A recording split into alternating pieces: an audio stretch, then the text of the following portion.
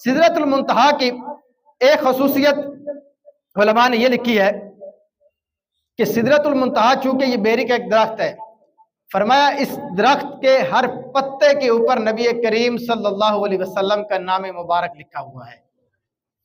इस दरख्त के हर पत्ते के ऊपर नबी करीम अलैहिस्सलाम का नाम लिखा हुआ है।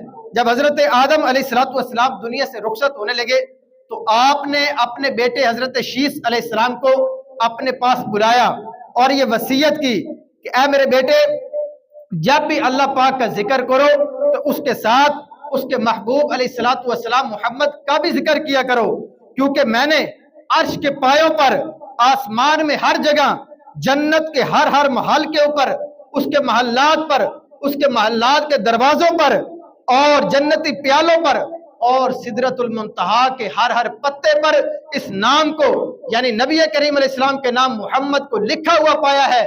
इसलिए जब भी अल्लाह तबारक व तआला की जिक्र करो तो साथ उसके महबूब अलैहिस्सलातु वस्सलाम का जिक्र भी किया करो। यह आदम अलैहिस्सलाम ने अपने बेटे को वसीयत फरमाई थी और नबी करीम अलैहिस्सलाम के इस नाम की तो कितनी बरकतें हैं, ये तो इंशाल्लाह कभी मौका मिला तो तफसील के साथ बयान करेंगे। उलमा ने लिखा है, रिवायतों के अंदर आता है, कल कयामत के दिन जब अल्लाह तबारक व तआला अपने महबूब अलैहिस्सलातु वस्सलाम को मोहम्मद कहकर निदा देगा तो उस वक्त जितने मोहम्मद नाम के लोग होंगे वो सारे खड़े हो जाएंगे। अल्लाह तबारक व तआला फरमाएगा मैंने तो अपने महबूब अलैहिस्सलाम को आवाज दी थी, तो लोग कहेंगे बारी ताला हमने भी ये नाम तेरे महबूब अलैहिस्सलाम की मोहब्बत में रखा था।